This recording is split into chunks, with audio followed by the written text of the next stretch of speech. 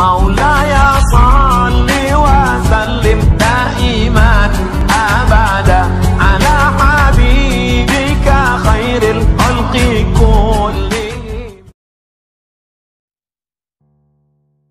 Teman-teman semuanya, malam ini kita sharing tentang diam. Benar gak sih? Benar ya? Tentang diam. Dan saya gak mau ngebahas dari sisi fikih, hukum diam, terus nanti ada juga yang bertanya tentang hukum puasa diam, puasa gak ngomong, dan seterusnya. Karena memang dakwah saya agak sedikit menghindari perdebatan fikih. Kita akan coba renungkan beberapa kisah tentang diam yang ada di dalam Al-Quran. Setidaknya ada 4 apa 5 gitu kisah tentang amazingnya diam itu di dalam Al-Quran. Yang menurut saya nih, setelah saya coba tadabbur beberapa ayat tentang kisah diam ini dalam Al-Quran, ternyata sama, poinnya tuh sama di antara semua kisah.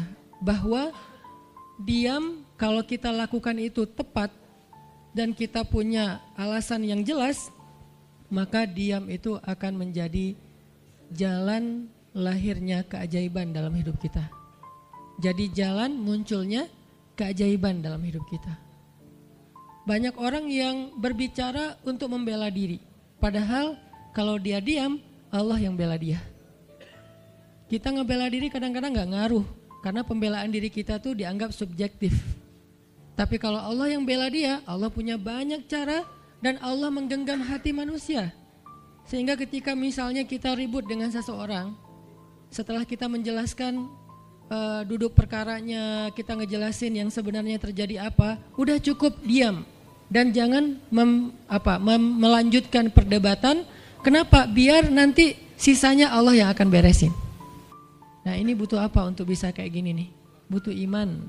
Karena kalau kita imannya lemah, kita kayak agak meragukan Allah bakal ngebelain kita. Padahal kita dalam posisi yang benar, mungkin kita akan terus-terusan bela diri. Kita akan tulis panjang sampai di scroll, kita akan narasi dengan kata-kata, kita akan berdebat, kita akan kerahkan semua teman-teman yang bisa ngebelain kita akan cari semua argumen, kita akan cari semua kesalahan dia dibalikin. Semua cara ini adalah cara orang untuk membela diri dengan cara berucap. Ternyata di Al-Quran Allah pernah menceritakan kepada kita cara membela diri dengan diam. Bahkan kadang-kadang ketika kita membela diri dengan berucap, justru Allah menjauhkan dirinya dari kita. Allah pergi. Kenapa Allah pergi dari kita, berpaling dari kita? Karena saat kita membela diri dengan berucap, dengan ngomong, dengan broadcast, dengan komen, dengan bikin caption dan seterusnya, kadang-kadang di dalam kata-kata kita itu ada hal yang justru gak benar. Ada yang bohong terpaksa gitu. Akhirnya gara-gara pengen bela diri kita jadi bohong. Gara-gara pengen bela diri kita jadi cari-cari kesalahan orang lain. Gara-gara pengen bela diri kita jadi buka aib. Gara-gara pengen bela diri kita jadi melebih-lebihkan sesuatu yang harusnya gak kayak gitu. Artinya justru karena kita berucap, karena kita ngomong malah jadi salah. Akhirnya orang gak respect, Allah lebih gak respect lagi. Sehingga malam ini kita pengen belajar tentang gimana cara menjemput keajaiban ketika kita punya masalah dengan seseorang lewat diam. Mungkin teman-teman sering mendengar hadis yang disampaikan oleh para penceramah, para ustadz. Hanya mungkin malam ini kita akan lebih banyak ngambil contoh. Karena saya pikir narasi-narasi ideal berupa ayat dan hadis udah banyak yang menyampaikan. Tapi membawanya dalam contoh konkret daily kehidupan kita itu mungkin gak semua orang aware. Karena emang kehidupan orang beda-beda. Apalagi misalnya seorang ustadz yang mungkin jarang main sosmed. Dia gak tahu masalah di sosmed itu apa. Seolah-olah sosmed itu bukan realitas hidup. Padahal kita tahu anak muda Indonesia main sosmed sehari gak kurang dari 6 jam. Berarti ada 6 jam realitas kehidupan kita yang jarang dibahas dan dibimbing dengan bimbingan agama Allah, Al-Quran dan hadis. Kenapa? Karena realitas ini kurang difahami oleh sebagian guru-guru, oleh sebagian ulama yang mereka emang agak gak terlalu akrab dengan sosmed. Mereka gak akrab dengan yang namanya Instagram, YouTube, Twitter, Line apalagi.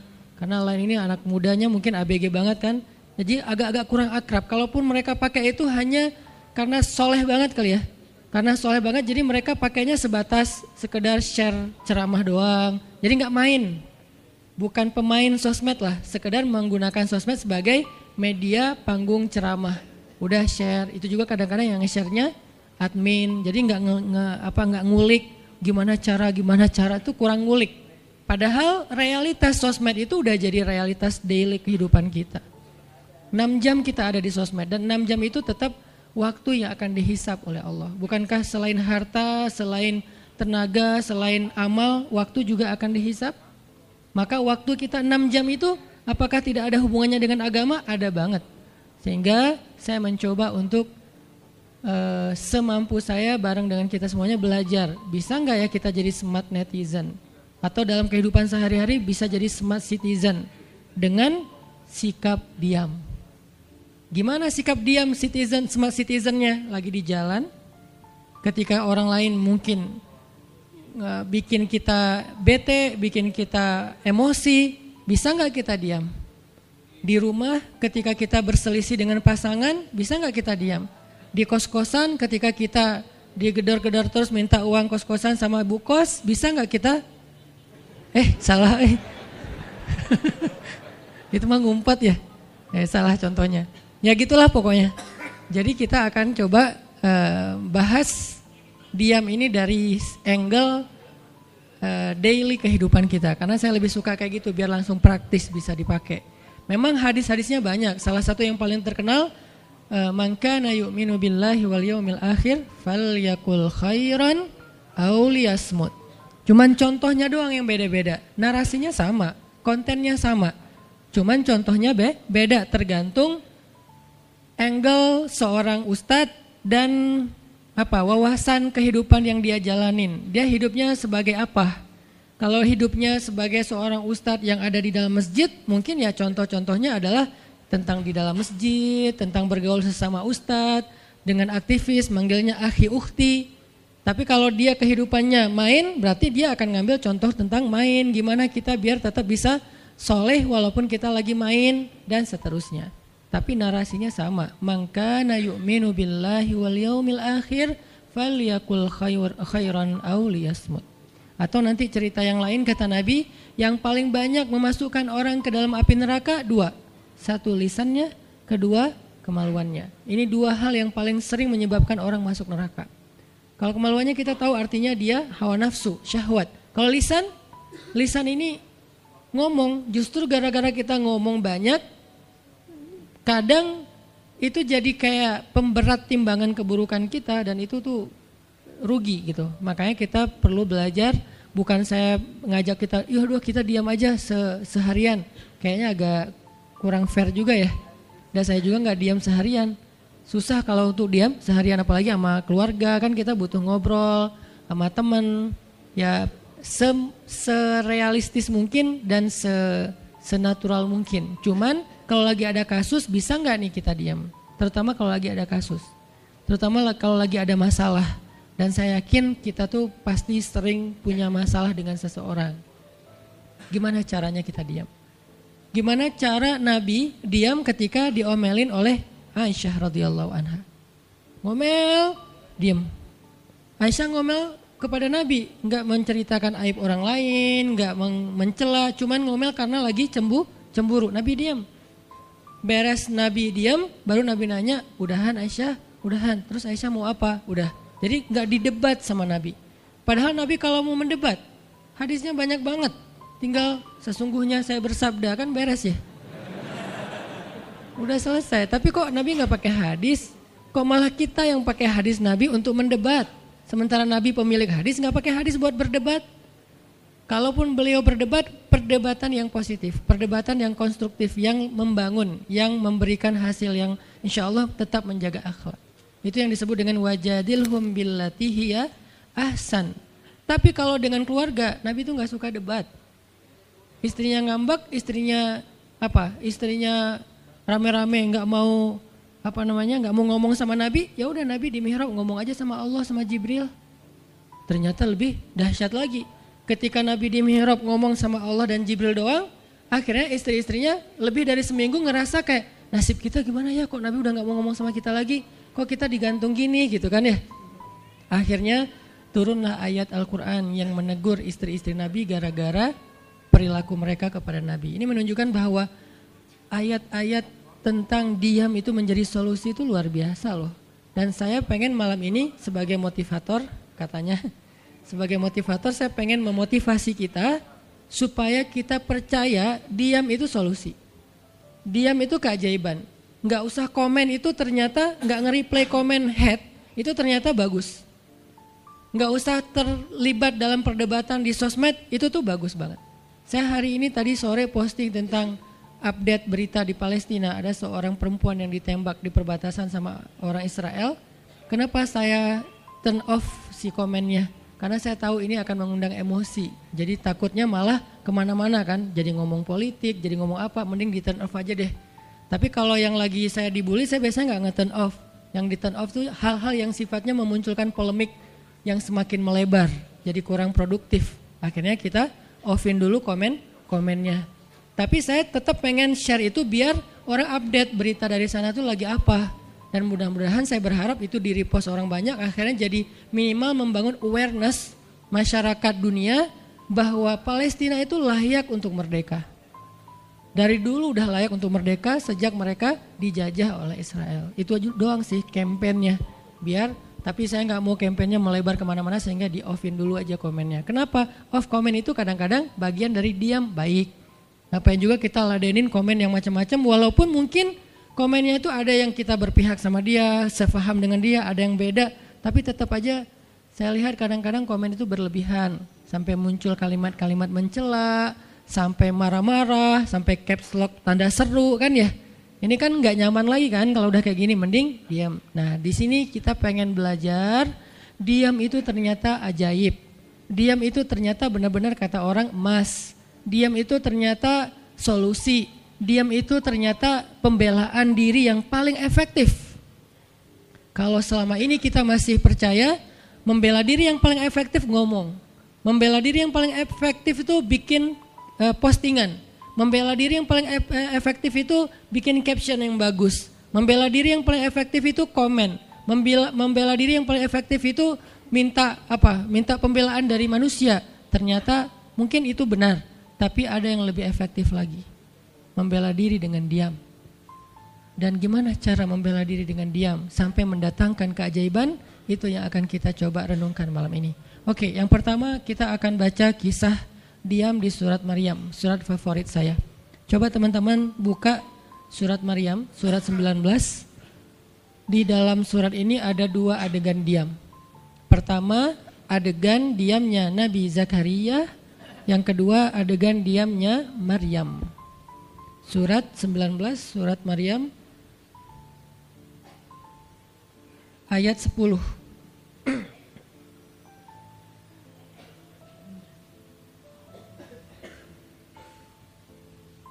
Sekaligus kita pengen belajar kalau kita lagi diam pas kita dicerca, ketika kita disakiti, ketika ada masalah dengan seseorang, kalau kita diam kita ngapain gitu kan gitu ya, nggak diam doang kan, kita ngapain. Nah di sini kita belajar surat 19, surat Maryam ayat 10 dan 11. Kita tilawah bareng-bareng ya. Saya baca, habis itu teman-teman ikutin.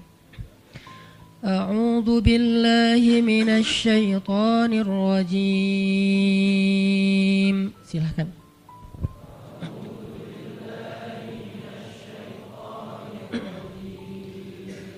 Bismillahirrahmanirrahim.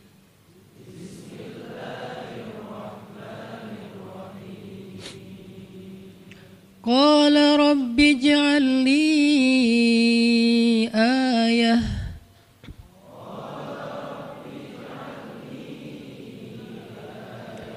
Qala ayatuka alla tukalliman nasa thalatha layalin sawiyya.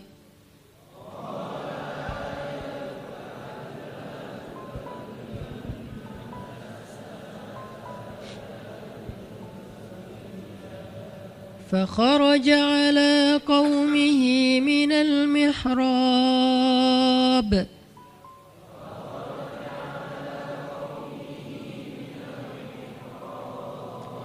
فأوحى إليهم أن سبحوا بكرة وعشيا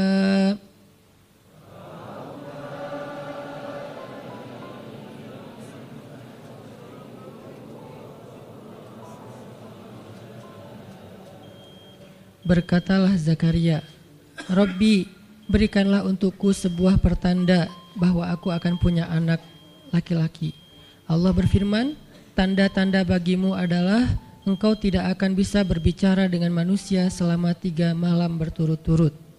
Maka keluarlah Zakaria kepada kaumnya dari mihrabnya dan memberi mereka isyarat supaya mereka bertasbih kepada Allah setiap pagi dan petang.